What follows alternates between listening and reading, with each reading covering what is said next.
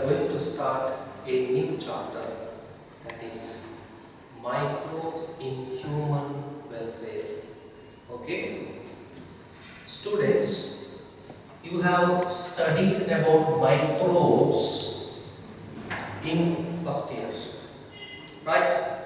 Microbes are the organism cannot see by naked eyes, right? There are many varieties of microbes.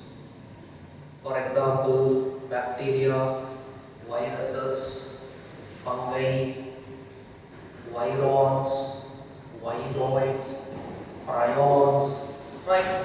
All these things you have studied in first years. And you also studied that microbes found everywhere. Microbes are present in water, soil, air, and even in thermal vents where the temperature is more than 100 degrees Celsius. Right? Even microbes are present in several meters deep in the ice. So, ice in a ಕೆಳಗಡೆ ಕೂಡ microbes ಕಂಡುಬರುತ್ತೆ. So, microbes found everywhere and there are varieties of microbes. These things you have studied in first place. And whenever you hear the word about microbes, you think that microbes cause diseases. But many microbes are useful for human welfare. Okay, many microbes are very useful for human welfare. In this chapter, we study about those useful microbes. We can say that friendly microbes to the human beings. Students, in this chapter, mainly we discuss about the microbes are used for human welfare. Okay, we will start this chapter from our home. That means microbes in household product. This is the first topic of this chapter. So, let us study now how microbes are used in our home. Right? Some things I think already you know that is, but we should know systematically how microbes are useful in our home. Students, you should know one thing here is, in this chapter mainly we focus on microbes. This chapter is related to microbes, no? So we focus on microbes and their uses. If you know what are the microbes and what is the use, that is more or less enough in this chapter. Okay, so let us study now what are the microbes involved in household products. Okay, it is very simple. Listen to me carefully. The first microbe, that is a bacteria. Which bacteria it is? Lactic acid bacteria. The first one is lactic acid bacteria. The abbreviated form of this bacteria is LAB. We simply call it as lab. So lactic acid bacteria. There are many examples for lactic acid bacteria. One example for lactic acid bacteria is lactobacillus. Lactobacillus is one example for lactic acid bacteria. We are going to study now how this lactobacillus is useful in our home. It is very simple. When you hear this word lactobacillus, very easily you will come to that this bacteria, yes, this bacteria convert milk to curd. Right? Lactobacillus bacteria are present in curd. Right? Kernel, don't confuse. Lactobacillus are not present in milk. Lactobacillus bacteria are present in curd, but this bacteria is very useful to convert the milk to curd. See, here you should know two things. Which is the product? Product is curd. What are the microbes? Microbes are lactobacillus. In this way, you have to study this chapter. Okay. So, without lactobacillus, we cannot prepare curd. Therefore, lactobacillus is very important for the preparation of the curd. Now, let us see how milk is converted into curd by lactic acid bacteria. How they convert the milk into curd? It is also very simple information. So everybody knows how milk is converted to curd, but you should know here the scientific things and what are the reactions takes place in the milk in order to convert into curd. Okay, yes. Students, just think that this is the milk. Okay, this is the milk. Now, I would like to ask two questions. Question number one is, students, what is the sugar present in the milk? What is the sugar present in the milk? Yes, first year. So, sugar present in the milk is lactose. You should know this. Lactose is a milk sugar. Okay. Second question is, what is the protein present in the milk? Protein present in the milk. So that is also you have studied in the first PUC. The protein present in the milk is casein. What is the protein? Casein. So milk protein is casein. Milk sugar is lactose. You should know these two things first. Okay. Now this milk. So this milk is boiled and cool. After cooling, now we have to convert this milk into curd. What are required?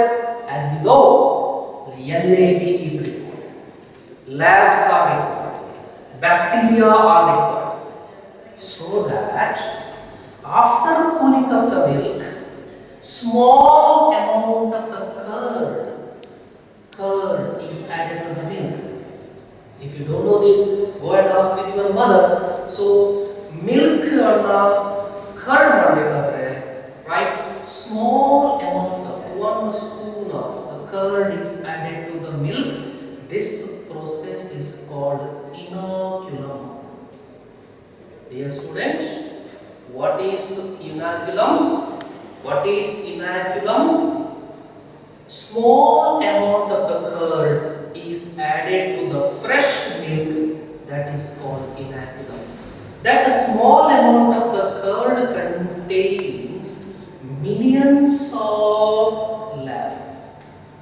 ಒಂದು ಸ್ವಲ್ಪ ಕರ್ಡಲ್ಲಿ millions of lab is present. This lab is important now to convert the milk to curd.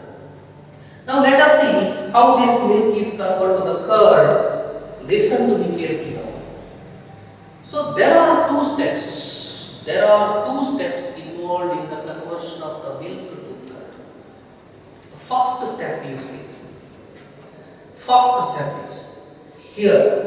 Lactose is converted into lactic acid. This is by lab. ಈ ಬ್ಯಾಕ್ಟೀರಿಯಾದ ಕೆಲಸ ಇಷ್ಟೇ.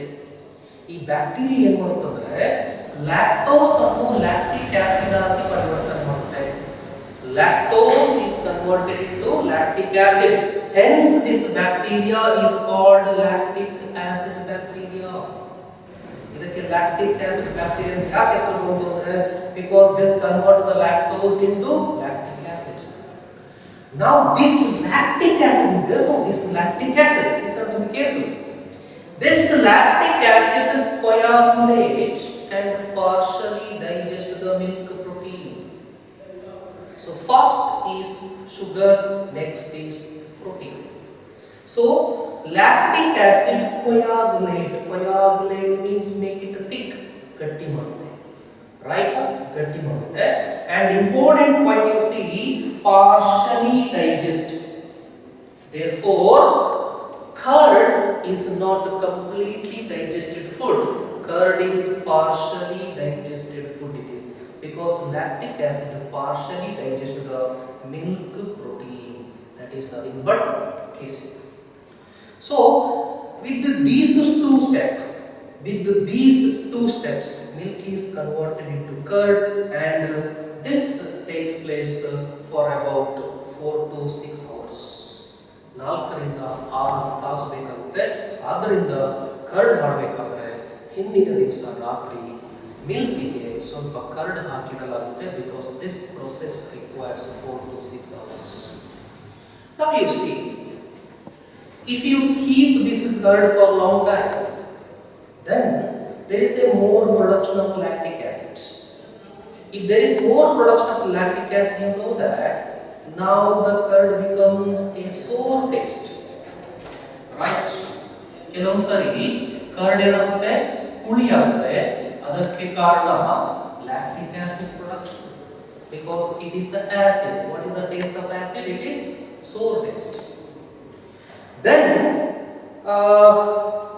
so mainly here the coagulation takes place. That is what is the casein. ಅಲ್ಲಿ curd ನಲ್ಲಿ ಗಟ್ಟಿಯಾಗಿರತಕ್ಕಂತಹ ವಸ್ತು ಯಾವುದು ಅಂದ್ರೆ that is the casein. So just remember these are the 2 steps. Right?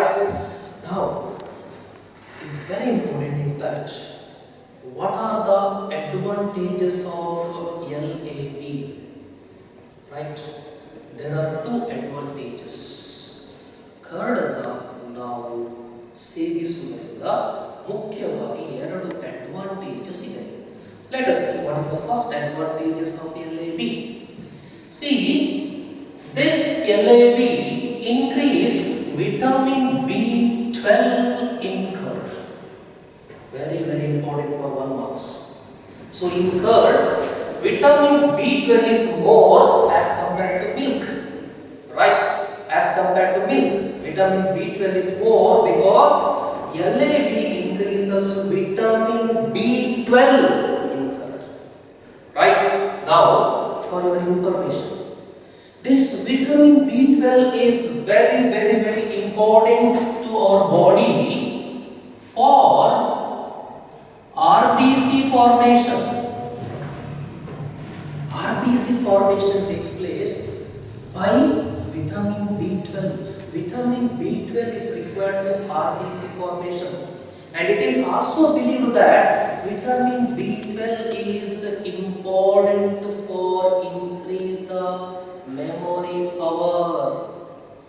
Therefore, there is a custom that before going to the exam, some people, some students, they have the curd and they go. Right? Exam ಹೋಗೋದಕ್ಕಿಂತ ಮೊದಲು ಸ್ವಲ್ಪ curd ಸೇವಿಸಬಹುದು ಅಂತ ಹೇಳ್ತಾರೆ, because it is believed that vitamin B12 is important for increase the memory power. But you remember, vitamin B12 is important for RBC formation. So curd ತಗೊಂಡ್ರೆ vitamin B12 ಅದರಲ್ಲಿ ಜಾಸ್ತಿ ಇರುತ್ತೆ.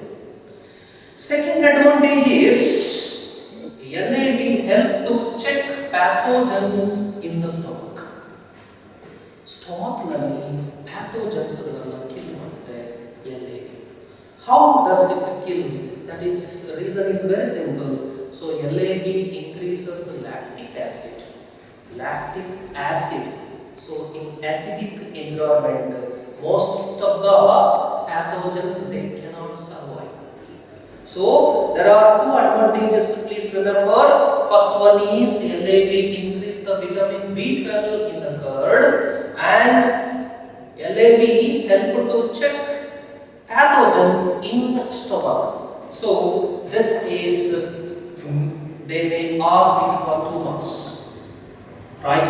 Vitamin B12, that is, may ask it for 1 month. Okay? This is about the first microbes, lactic move to the second microbes which are used in house product. This is also very interesting. Here we take some bacteria, right? For example, leuconostoc, streptococcus, right?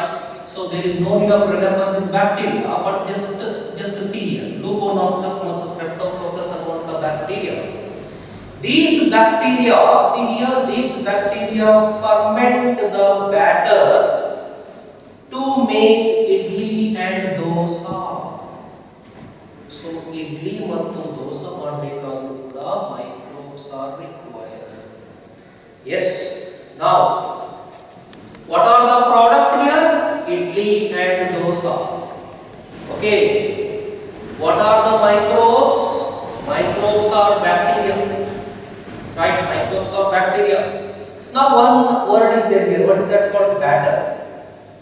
So what is this batter is? Now see here. Batter means is very simple. Batter ಅಂದ್ರೆ ಬೇರೆ ಇಲ್ಲ. ಇದು dosa ಹಿಟ್ಟು. Batter dosa ಮಾಡಬೇಕಾದ್ರೆ ಏನು ಮಾಡ್ತಾರಲ್ಲ that is dosa ಹಿಟ್ಟು. That is called batter. So what is batter? We can say batter is grinding mixture of rice and black grams with water. What is required here? It is rice is required. Idli dosa ಮಾಡಬೇಕಾದ್ರೆ ಏನು ಬೇಕು? Rice ಬೇಕು, black gram ಬೇಕು. Black gram ಅಂದ್ರೆ ಉದ್ದಿನ ಬೇಳೆ, right? ಉರದ್ seeds ಅದು ನೋಡಕ್ಕೆ ಬ್ಲಾಕ್ ಇರೋದಿಲ್ಲ ಬಿಕಾಸ್ ಅದರ ಕವರ್ ತೆಗೆದು ಕೊಡ್ತಾರೆ ನಮಗೆ. So but actually it is black gram. Black gram is ಉದ್ದಿನ ಬೇಳೆ ಮತ್ತು rice. So this is required to prepare the dosa and idli.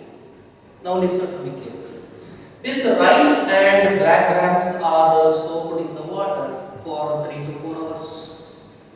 Then grinding of rice and the black grams with the water, that gives batter. Right? After soaking we prepare grinding mixture. So this is the batter. Now this batter is, from this batter directly we cannot prepare the dosa and idli.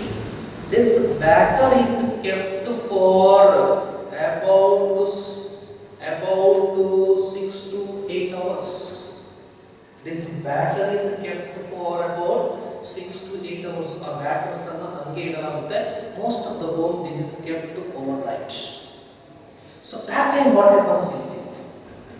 ಈ batter ಅನ್ನು ಆ ರೀತಿ ಹಂಗೆ ಇಟ್ಟಾಗ, ದೋಸೆ ಹಿಟ್ಟನ್ನ ರಾತ್ರಿ ಇಟ್ಟಾಗ ಬೆಳಿಗ್ಗೆ ಆಗುವಾಗ ಏನಾಗುತ್ತೆ ಅಂತಂದ್ರಲ್ಲಿ ದೋಸಾ ಹಿಟ್ಟು ಉಬ್ಬಿರುತ್ತೆ. That is what is we call it as puffed up batter. So ಉಬ್ಬಿರ್ತಕ್ಕಂಥ dosa ಹಿಟ್ಟನ್ನ ಏನಂತ ಕರಿತೀವಿ? puffed up batter ಅಂತ ಹೇಳಿದ್ರೆ ದೋಸಾ ಹಿಟ್ಟು ಉಬ್ಬಿರುತ್ತೆ. ಯಾಕೆ ಉಬ್ಬಿರುತ್ತೆ ಅಂದ್ರೆ there the process takes place that is called fermentation. Here the fermentation takes place. Don't ask me what is fermentation, because fermentation we have studied in the first PUC. So fermentation takes place by these bacteria. Actually these bacteria are present in the air. ಈ bacteria air ಅಲ್ಲಿ ಇರುತ್ತೆ. Those bacteria come to the dosa batter and they do fermentation of the carbohydrates present in the batter. Right? So during the fermentation, one gas is released. That is nothing but carbon dioxide. It is very important. Carbon dioxide gas is released. This carbon dioxide is responsible for puffed up appearance of the batter. ಯಾಕೆ ದೋಸಾ ಹಿಟ್ಟು ರಾತ್ರಿ ಇಟ್ಟಂತ ದೋಸಾ ಹಿಟ್ಟು ಬೆಳಿಗ್ಗೆ ಆಗಿರುವಾಗ ಯಾಕೆ ದೋಸಾ ಹಿಟ್ಟು ಉಬ್ಬಿರುತ್ತೆ ಅಂತಂದ್ರೆ because of production of carbon dioxide due to fermentation. These carbon dioxide is responsible for puffed up appearance of the batter. Remember, it is again important for 1 marks. Which gas is responsible for puffed up appearance of batter? That is the carbon dioxide produced during fermentation. Now, from this puffed up batter, dosa and idli are prepared. So, ಅದರಿಂದ dosa ಮತ್ತು idli ಅನ್ನು prepare ಮಾಡಲಾಗುತ್ತೆ. So, here listen to me carefully. What are the products? Idli and dosa.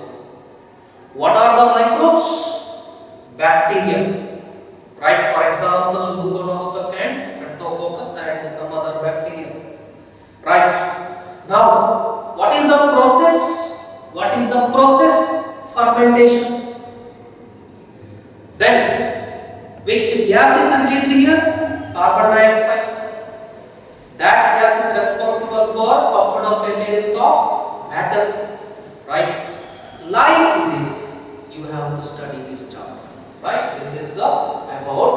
So, idli and dosa is prepared by using bacteria. And it is also believed that why only black grams are used. ಯಾಕೆ ದೋಸಾ ಮಾಡಕ್ಕೆ ಉದ್ದಿನ ಬೇಳೆಯನ್ನೇ use ಮಾಡ್ತಾರೆ ಅಂತ ನಾವು ಪ್ರಶ್ನೆ ಮಾಡಿಕೊಂಡ್ರೆ it is believed that some naturally occurring bacteria present in black grams, those bacteria also help in the pumped up appearance of batter. Right up. This is also some naturally occurring bacteria present in black grams. They also help in pumped up appearance of the batter. This is what is also because of that reason this black grams are used. Now let us move to the third microbes. Third microbes in household products. That is, see here, third one is Saccharomyces cerevisiae. Saccharomyces cerevisiae, the scientific name you see. It is nothing but yeast. Yeast. Remember, this is not a bacteria, it is yeast. What is the name of this? Saccharomyces cerevisiae. Okay. Now, what is the use of this? Saccharomyces cerevisiae ferment the dough to make bread. So this yeast is used in the preparation of the bread. Therefore, this yeast is called baker's yeast. Bread. Where do you get the bread? Bread is available in the bakery. So therefore, bread preparation is used for the. Therefore, it is called as baker's yeast. So that is Saccharomyces cerevisiae. Now one word came here, that is called dough. Okay, ಇದು dough ಅನ್ನು ferment ಮಾಡುತ್ತೆ. So what is dough? Spelling is like this, but pronunciation is dough. Okay, don't think about something else while I pronounce about dough. Okay, it is dough. Actually, dough means it is the mixture of wheat flour plus water. Right? Bread prepare ಮಾಡಬೇಕಂದ್ರೆ wheat flour ಅನ್ನು use ಮಾಡ್ತಾರೆ. Wheat flour ಅನ್ನು water ಜೊತೆ mix ಮಾಡಲಾಗುತ್ತೆ. Here we prepare the thick dough it is. So wheat flour plus water, that is what is called dough. Here also, after mixing wheat flour with water, it is kept for about 6 to 8 hours. Why? Here also same things takes place. Here also fermentation takes place. Right? Here now the fermentation is by baker's yeast. That is Saccharomyces cerevisiae. After the fermentation, you know that is during the fermentation what are released? Carbon dioxide gas is released. Here also same it is. This carbon dioxide is responsible for pumped up dough. ಇಲ್ಲಿ ಕೂಡ ಏನಾಗುತ್ತೆ ಹಿಟ್ಟು ಏನು ಮಾಡಿಟ್ಟಿರ್ತಾರೋ ಅದು rice up ಆಗುತ್ತೆ. So that is due to release of the carbon dioxide. Release of the carbon dioxide is responsible for the pumped up appearance of dough. Right? ಈ pumped up ಆಗಿರತಕ್ಕಂತಹ dough ಅನ್ನು bread ಅನ್ನು prepare ಮಾಡೋದಕ್ಕೆ use ಮಾಡಲಾಗುತ್ತೆ. This is used in the preparations of bread dishes. Now listen to me carefully. How to study this? What is the product it is? Product it is bread. What are the microbes? Saccharomyces cerevisiae.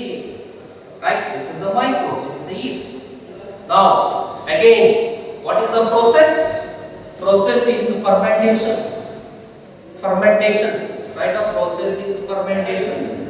Then, which is the gas released? Carbon dioxide. That gas is responsible for pumped up appearance of the dough, right? So, in the preparation of the bread, Saccharomyces cerevisiae is used. It is a yeast, hence it is called baker's yeast. Okay, moving on to the next microbe. That is, see here, the next microbe number 4. That is Propionibacterium shermani. See this carefully once again, I repeat. Propionibacterium shermani. See the spelling also, just end with double I. You see here double I is there. So, Propionibacterium shermani. It is a bacteria. They are the bacteria. It is bacterium. Propionibacterium shermani.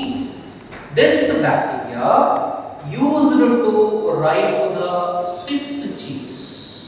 Okay, see here. Swiss cheese. Now, the product is Swiss cheese. Microbes are Propionibacterium shermani. Got this point? Now, see, you know cheese is cheese. Cheese andre we say it is a ginna. Right? A ginna anta navu karitivalla adu cheese antivi.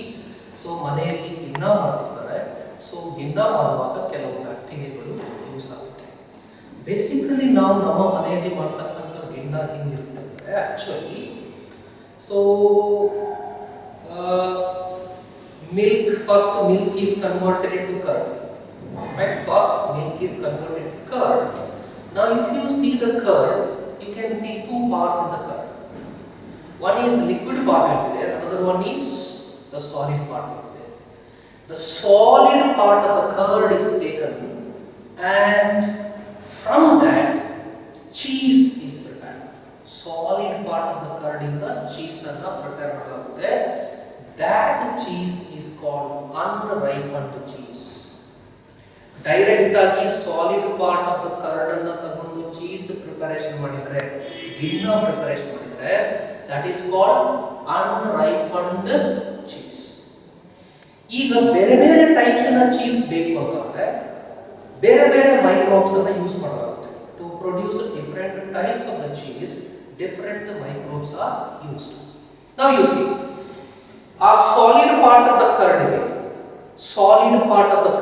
ತಗೊಂಡು Propionibacterium shermani ಅನ್ನು use ಮಾಡಿದ್ರೆ then we get which cheese? Swiss cheese. Swiss, maybe it is very famous in Switzerland, therefore it is called Swiss cheese, right? Now Swiss cheese na speciality andre Swiss cheese has large holes. That is the speciality of the Swiss cheese. The main characteristic feature of the Swiss cheese is it has large holes. Now once again you should remember, these large holes are due to production of carbon dioxide by bacteria called Propionibacterium shermani. Again, it is very important for 1 marks. Right? 1 marks. Which gas? Here everywhere you should remember carbon dioxide gas. So carbon dioxide gas escape from that. So during the fermentation, here also fermentation takes place, and this production of this carbon dioxide gas is responsible for large holes in the Swiss cheese. Swiss cheese ನೀವು ಬಹಳಷ್ಟು ಜನ Tom and Jerry ನೋಡಿರ್ತೀವಿ, ಕರೆಕ್ಟಾ? Tom and ಜೆರಿಯಲ್ಲಿ Jerry ಒಂದು cheese ಅನ್ನು ಹಿಡ್ಕೊಂಡು ಓಡ್ತಾ ಇರುತ್ತೆ. ಆ ಚೀಸ್ ನೋಡಿದ್ರೆ ನಿಮಗೆ ಅದರಲ್ಲಿ ಲಾರ್ಜ್ ಹೋಲ್ಸ್ ಇರುತ್ತೆ. That cheese is called Swiss cheese, right? Now here product is Swiss cheese. Microbes is Propionibacterium shermani. The second thing is that the large holes in the Swiss cheese is due to production of carbon dioxide by this bacteria. Okay. Now, moving on to the next microbe, the microbe number 5, that is the Penicillium roqueforti. I repeat, Penicillium roqueforti. It is a fungus. It is a fungus. Right? It is a fungus. So, similarly, that solid part of the curd is taken. And if we use Penicillium roqueforti, then we get a cheese called Roquefort cheese. It is used to ripe the Roquefort cheese. Don't forget, you have to remember only two types of cheese. One is Swiss cheese, is ripened by Propionibacterium shermani. Roquefort cheese is ripened by Penicillium roqueforti. It is a fungus. Actually, the cheese knows that a greenish color and it has a specific flavor. The specific flavor and this greenish color is due to use of this Penicillium roqueforti. Right? Penicillium roqueforti. These two cheese are ripened cheese. Now, manayalli prepare ಮಾಡುವಂತ cheese ಯಾವುದು? Unripened cheese. So, remember these two cheese here. Again, product is Roquefort cheese. Microbe is Penicillium roqueforti. Okay. Now, for your information, let's move to the sixth one. Here you no need to remember the microbes.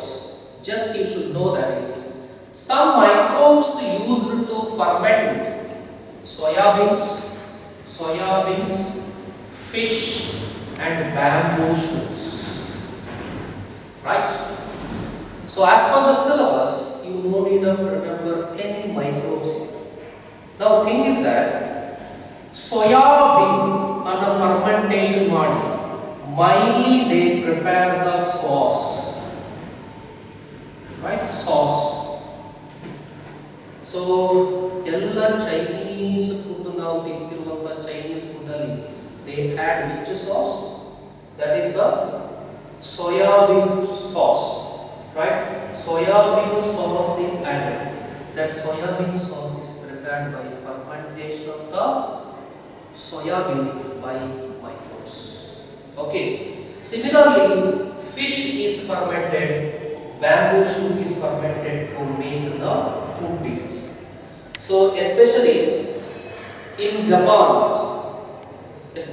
Japan and Nepal, all this country, they ferment the fish because fish cannot keep for long time. ಒಂದು ದಿವಸ ಎರಡು ದಿವಸದಲ್ಲಿ fish ಏನಾಗುತ್ತೆ ಕೆಟ್ಟು ಹೋಗುತ್ತೆ. So, to keep the fish for long time, they ferment the fish and prepare some food items, and that food items can be preserved for a long time. Similarly, in Nepal, they use the bamboo shoot, and after the fermentation of the bamboo shoot, they prepare the various types of the foodings. But you need to remember only this much: some microbes used to ferment soybean, fish, and bamboo shoots to make the various types of foods. Okay. Now finally, you need to remember, you need to know one more thing here it is. That is toddy. Toddy, kelidra? Toddy andre enu? Shendi. I don't know how this food is come under household product, but that is there in the syllabus we have to study. Toddy. Shendi anna edrinda prepare ಮಾಡ್ತಾರೆ? Shendi ಮರ ಅಂತ ಇರುತ್ತೆ. We call it as palm tree. Right? See, this toddy is made by fermentation of sap from the palm tree. So, sap of the palm tree is taken. You might have seen that is the toddy tree. Sap of the palm tree is taken, and that allowed to fermentation. Sap fermentation of that convert into toddy. Here, in the sap, some naturally occurring microbes are present. Naturally, there are microbes in the sap. They help in conversion of sap into the toddy by the process called fermentation. This much only you should remember. This toddy is actually a traditional drink, especially in South India. Right?